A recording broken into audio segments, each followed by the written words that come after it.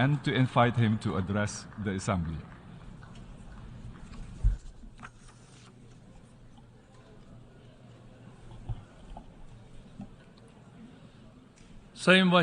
Distinguished President, distinguished heads of states and governments, distinguished Secretary General, valuable delegates, I would like to salute you all with my most heartfelt emotions on behalf of myself and on behalf of the Turkish nation. I would like to congratulate Mr. Kurusi, who successfully completed his term as President of the 77th General Assembly of the United Nations, and wish all the success to Mr. Francis, who is taking over his duty.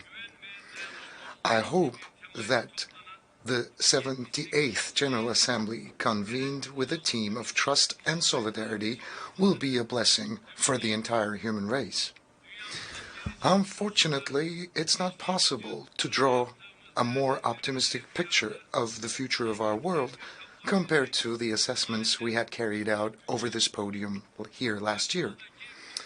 The picture before us shows that we're facing increasingly complex and dangerous challenges on a global scale. There are conflicts, wars, humanitarian crises, political strife, and social tensions to the south, north, east, and west of my own country. These growing challenges, compounded by global economic problems, are becoming more and more difficult to deal with. In addition to the humanitarian tragedy, the war on Europe's eastern borders has created serious problems in all areas, from economy to security, from energy to food supply security.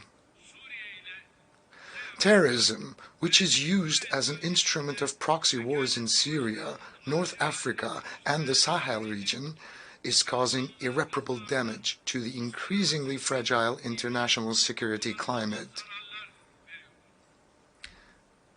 The areas of operation of terrorist organizations, which grow by exploiting the ambitions of global powers, are spreading like an epidemic across vast geographies, taking advantage of technological developments and deteriorating socio-economic conditions everywhere. The signs of xenophobia, racism, and Islamophobia, turning into a new crisis, have reached alarming levels in the last 1 year. No matter which corner of the world we shall live in, climate change and related natural disasters have become a reality in our daily lives and of our daily lives.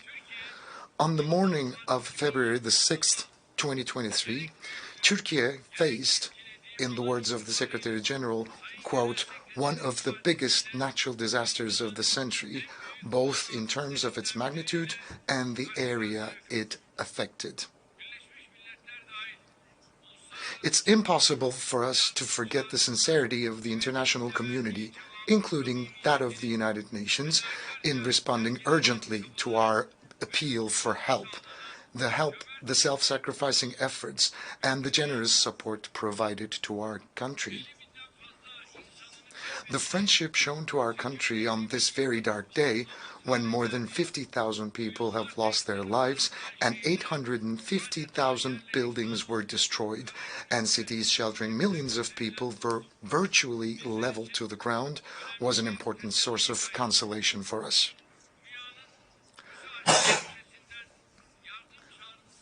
We have friends from all across the globe, from 100 countries.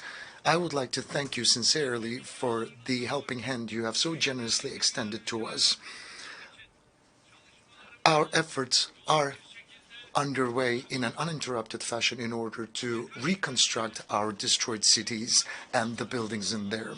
And a few days ago, Libya, with which we have strong historical ties, was subjected to heavy destruction and significant loss of life caused by storms and floods. Following the disaster, Turkey immediately mobilized to help Libya, where 12,000 people have lost their lives and thousands are still unaccounted for. Within the first phase, we've sent 3 vessels and 3 planes, along with 567 personnel, relief personnel, hundreds of vehicles, and thousands of tons of food, shelter, and sanitary supplies. Our non-governmental organizations are also participating in the relief efforts in that region with their own means and their capabilities. As a country that stands by the side of the victimized and oppressed people wherever they might be in the world, we haven't and we will not leave our Libyan brothers and sisters alone. And the friendly countries hopefully will be mobilized in order to extend a helping hand to Libya. And I would like to wish an expeditious recovery to our Moroccan brothers and sisters who were hit by a very strong earthquake, just like the one we had recently experienced. Distinguished delegates, we are pleased to see that this year's theme of the General Assembly is in line with Turkey's goals, because our vision of the Turkey's century, which we started to realize in the 100th anniversary of our republic, is the most concrete expression of this overlapping vision. A vision that eliminates global injustices, addressing economic inequalities and producing peace, security, stability, and prosperity. Effective, inclusive, that embraces humanity. In short, it's our call for the establishment of an international system for the benefit of entire humanity, and this vision is finding more and more resonance. We agree with the distinguished Secretary General, Mr. Guterres' recent observation whereby he stated that the institutions established after the Second World War no longer reflect today's world. This statement expresses our call for the world is bigger than 5. The Security Council has ceased to be the guarantor of world security and has become a battleground for the political strategies of only 5 countries. We consider the recent events taking place in Cyprus as a manifestation of this hollowed-out institutional structure that doesn't inspire justice and trust anymore. As a country that has pioneered numerous initiatives to strengthen peace and stability, we attach great importance to Mr. Guterres' call for a new agenda for peace. With this understanding, since the beginning of the Russian-Ukrainian war, we have been endeavoring to keep both our Russian and Ukrainian friends around the table with a thesis that war will have no winners and peace will have no losers. We will step up our efforts to end the war through diplomacy and dialogue on the basis of Ukraine's independence and territorial integrity. With the Black Sea Initiative, which we had launched together with the United Nations, we have prevented the threat of a global hunger crisis by ensuring the delivery of 33 million tons of grain through the Black Sea to the global markets. However, the failure to implement this agreement in all its elements has left the world facing a new crisis. This initiative had been extended 3 times, in part with my efforts.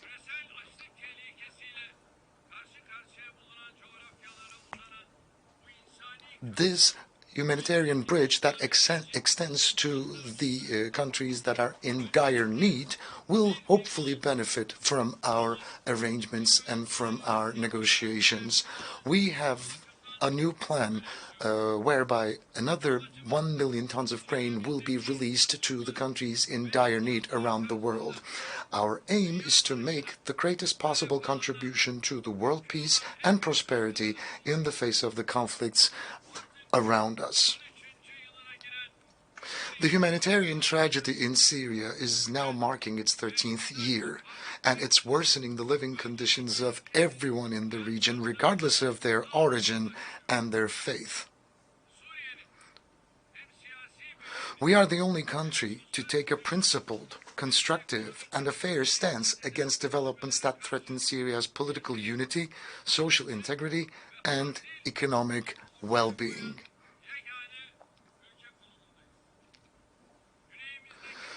It's becoming increasingly important to end the crisis in the south with a comprehensive, lasting, and a sustainable solution which meets the legitimate expectations of the people.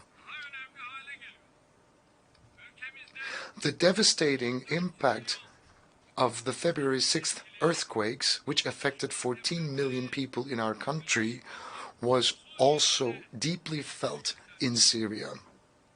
Especially in northwestern Syria, the already troubled humanitarian situation has only worsened. It's unfortunate that the United Nations cross-border humanitarian aid operations in the region was interrupted at such a time. As Turkey, we will not leave more than 4 million people struggling to survive in the north of Syria to their fate and demise.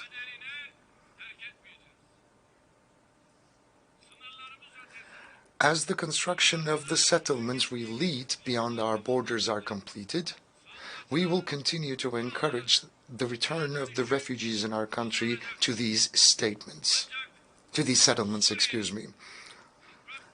However, the biggest threat to Syria's territorial integrity and political unity is the support given to terrorist organizations guided by the powers that have designs on this country. The Syrian people are overwhelmed by the PKK-PYD terrorist organizations and the radical groups organized on the basis of sectarian divisions, and on the other hand, different groups have reached the point where it is no longer unbearable for the people.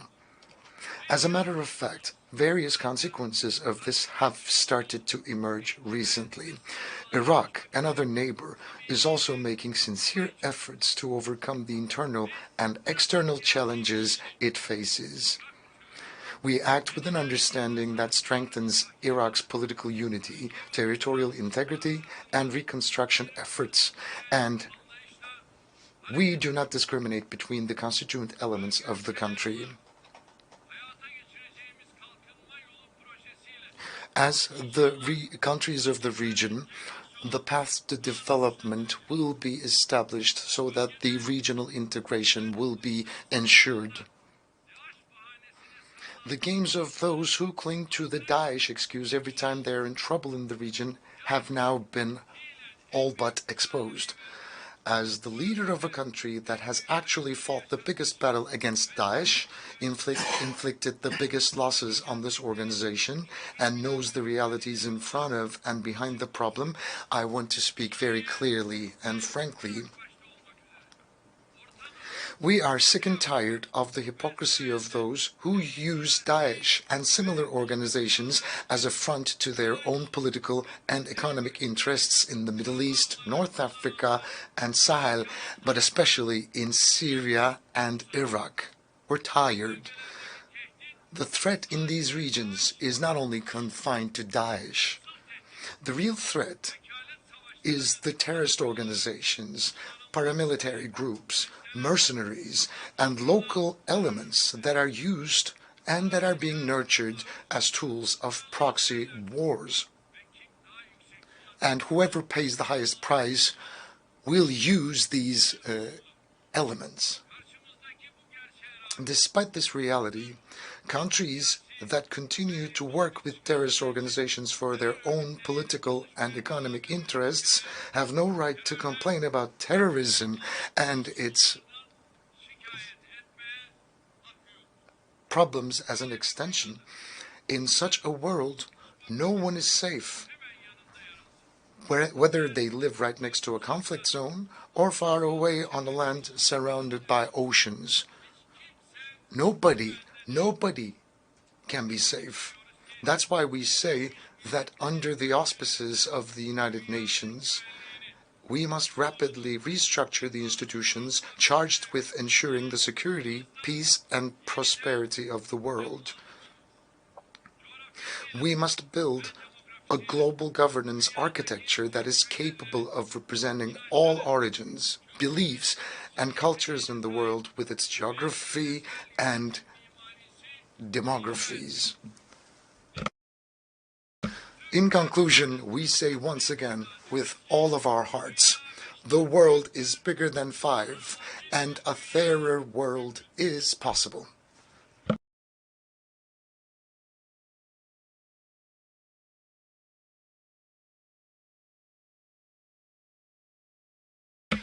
Distinguished delegates, I would now like to briefly share with you my country's approach to various problem areas, starting with our own region.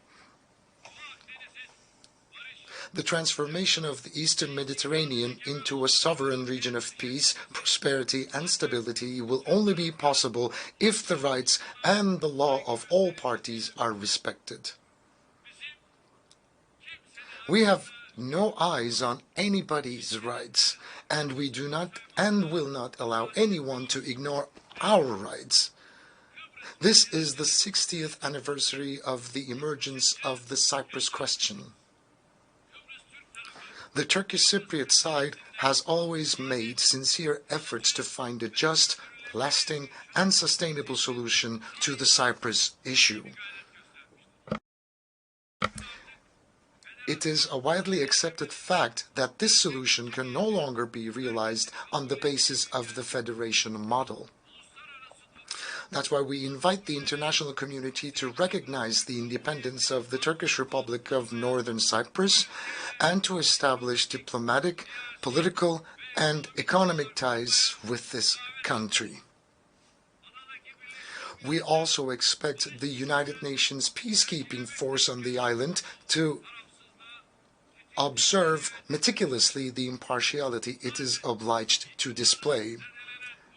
We do not want this already discredited force to face another loss of credibility in Cyprus. And we are making sincere efforts for Yemen. We have strong historical ties with Yemen, and we hope and pray that this problem will be settled once and for all through unquestionable respect to the territorial integrity and unity of Yemen.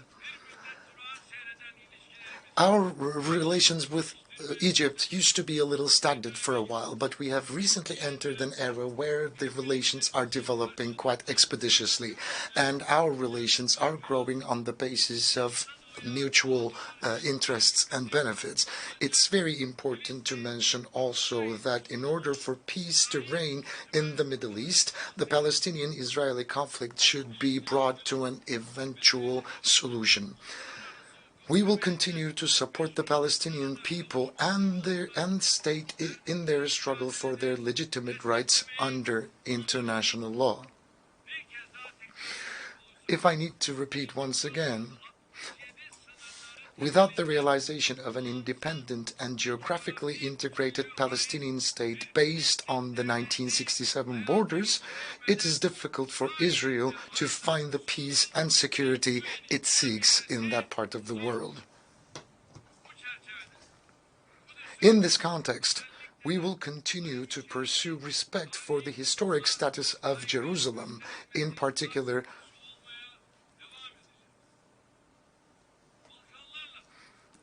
we have strong political,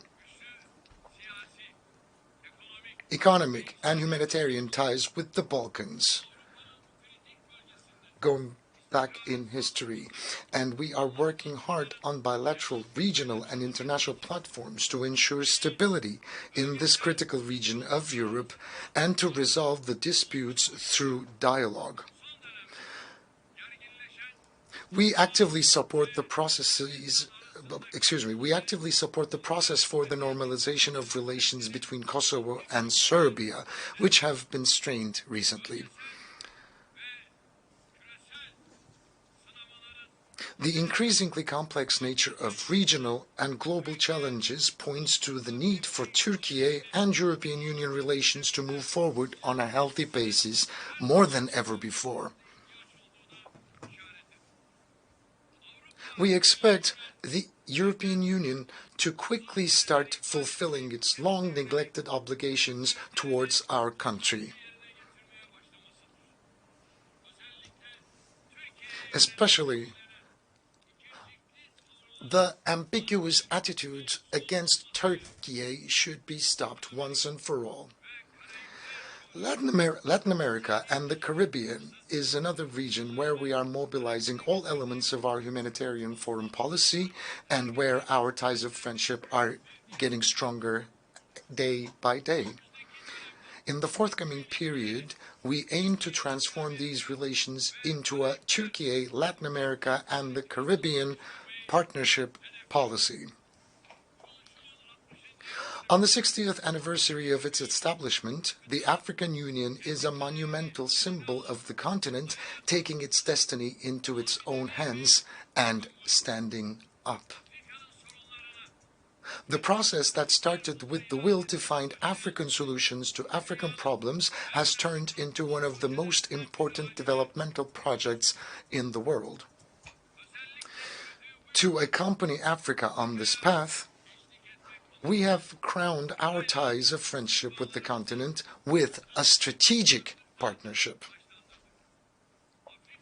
However, I must once again reiterate that we have welcomed the G20 membership of African Union, which we attach great significance to as well. It's a fact that the Sahel region faces serious political, economic, social, and security challenges. We hope that Niger, which has been experiencing troubled times recently, will regain constitutional order and democratic governance as soon as possible. Any military intervention in Niger risks plunging this country and the entire region into deeper instability.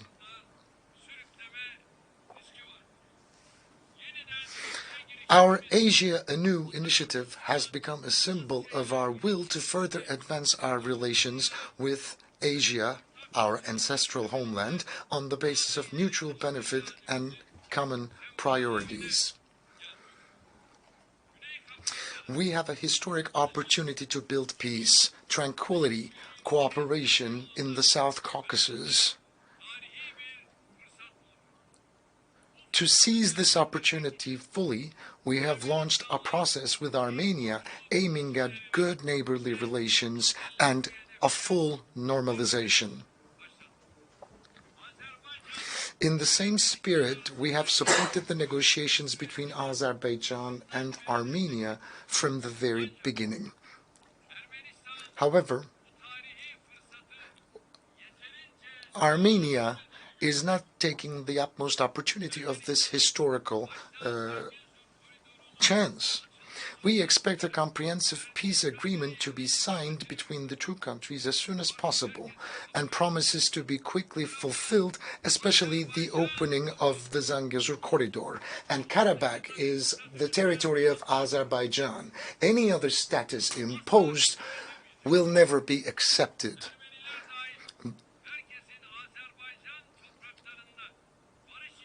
Everybody has the right to coexist on the Azerbaijani soil, including the Armenians, and that should be our primary goal. There will be one, we are moving together with Azerbaijan under the slogan, under the motto that we are two nations, one state. And the the efforts for the strengthening of our cooperation with the countries of the Central Asia, where the roots of our ancient civilization lie and where we share the same culture, are currently underway. We are pleased that the Organization of Turkic States is becoming an increasingly effective regional and global actor. The Afghani people, who have been going through difficult times for half a century, are in dire need of humanitarian assistance and support, regardless of political motives. The transformation of the interim government into an inclusive administration in which all segments of society are fairly represented will pave the way for Afghanistan and will be positively received in the international arena.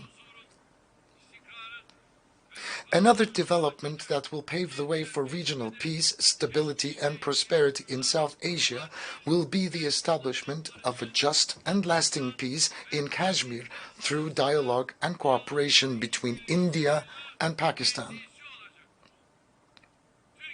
As Turkey, we will continue to support the steps to be taken in this direction.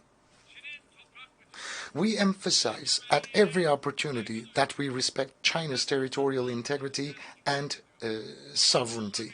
However, we will continue to express our sensitivity regarding the protection of the fundamental rights and freedoms of Uyghur Turks, with whom we have strong historical and humanitarian ties. We are a country that has extended a helping hand to Rohingya Muslims living in difficult conditions in Myanmar and Bangladesh since the first day. Our support for the displaced Rohingyas will continue until their safe, voluntary, dignified, and permanent return to their homeland is ensured. Dear delegates,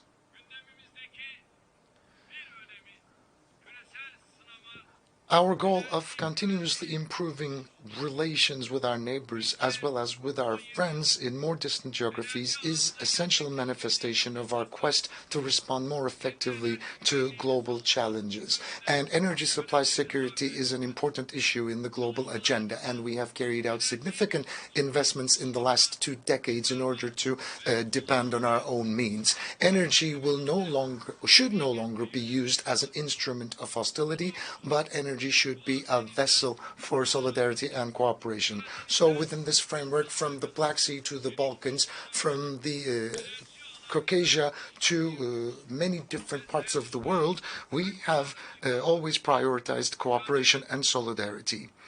And we are striving to do more. And in the field of transportation, Turkey has the geopolitical position to support all projects that will pass through or around it.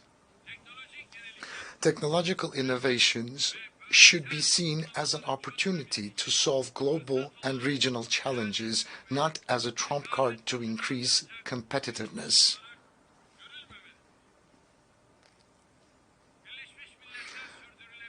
Unfortunately, we are gradually moving away from the slogan "Zero Hunger by 2030, which is among the most important titles of the United Nations Sustainable Development Goals.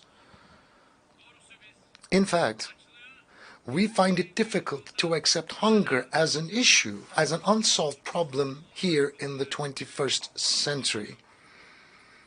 We call on all countries to show strong will to realize the sustainable developmental goals, especially in this region where wealth has skyrocketed, and we cannot explain why 735 million inhabitants of the world still live in dire poverty. Hundreds of millions of dollars are being spent in order to reach space, but from Africa to Asia, millions of people cannot even find a decent portion of food to consume.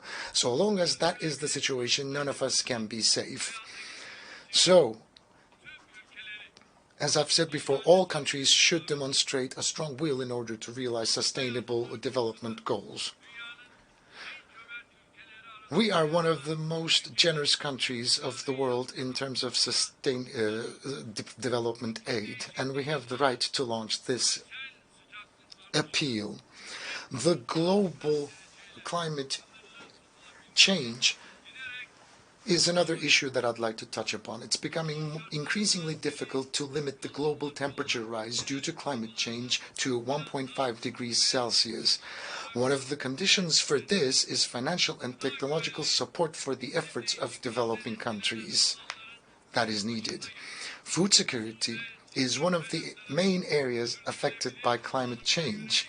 We must develop and implement the right policies and investments for the sustainable use of water and land resources.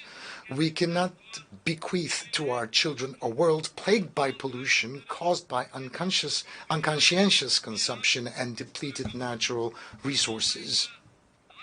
With this understanding, we have taken the zero waste movement, which we started in our country with the vision of a more livable and fairer world, to a global dimension with the decision adopted at the United Nations with the joint representation of 105 countries, along with my spouse, the First Lady.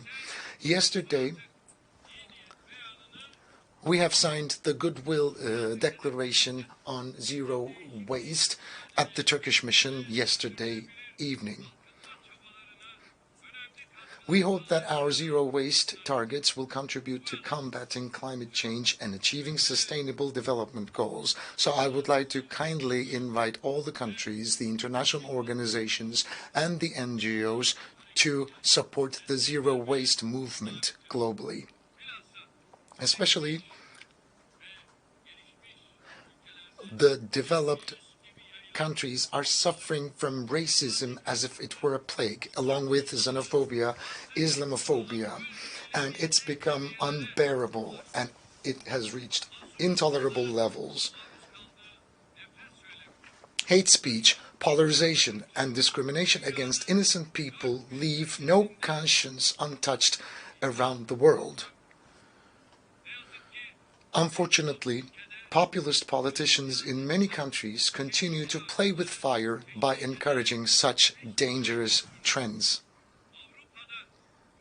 The mentality that encourages the heinous attacks against the Holy Quran in Europe by allowing them under the guise of freedom of expression is essentially darkening its own future with its own hands. As Turkey, we will continue to support initiatives to combat Islamophobia on all platforms, including the United Nations, OSCE, and the Organization of Islamic Cooperation. Regardless of which faith they might follow, nobody can accept heinous attacks against sacred elements.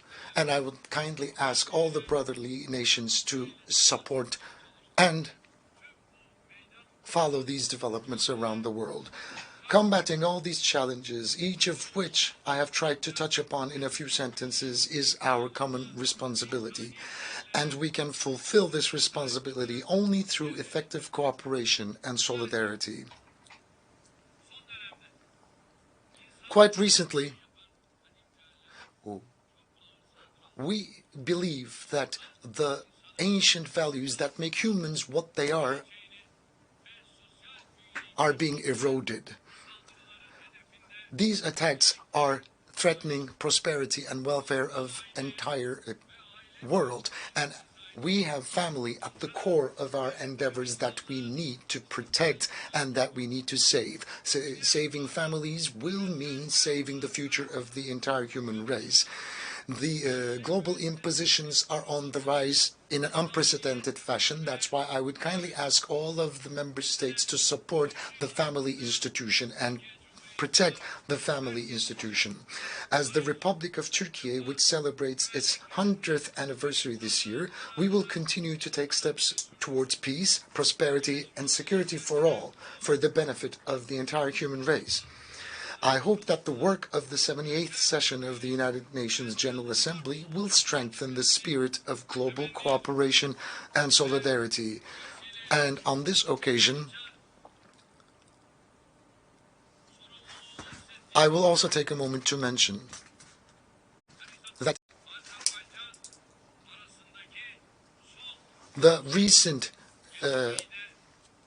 negativities happening between Armenia and Azerbaijan need to be condemned, and the regional developments need to be brought to a solution immediately. That's what I hope and pray for.